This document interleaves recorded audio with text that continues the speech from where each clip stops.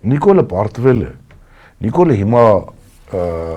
տեսեք, ես առաջ երբ որ ասում եմ, անհնար է Նիկոլին հաղթել, որտեվ մենք գնում ենք սխալ ճանապարհով, հիմա էլ որոշակի սխալներ կան, բայց Նիկոլը հավանաբար բոլոր իր այդ հատուկ ծառայությունների հարցումների արդյունքում տեսնում է, որ ցանկացած ռասկլադի, ցանկացած դասավորվածության պարագայում մեկ ինքը գոյություն չունի։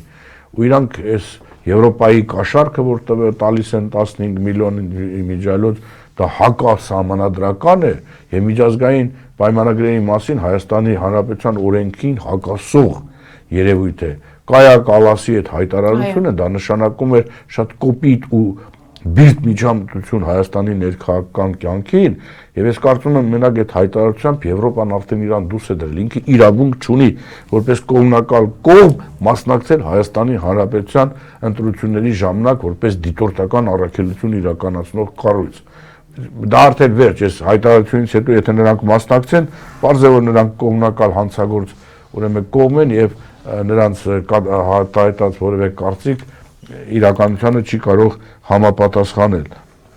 Հիմա սա է Նիկոլը փորձելու է ամեն կերպ Մոլդովայի տարբերակ, չգիտեմ, Ուկրաինայի տարբերակ, չգիտեմ,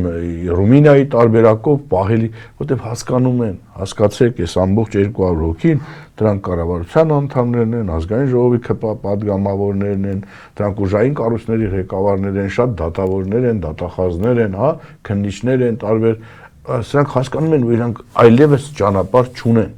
Իրանք գնալու են ամեն ինչի, հայրենիքը կործանելու, մարդկանց ոչնչացնելու, մենակ թե այն սուբյեկտը, որ վաղը իրանց կդատի, երբ որ Նիկոլ այլևս իշխանություն չի լինի, վերանա։ Իսկ դա Հայաստանն է։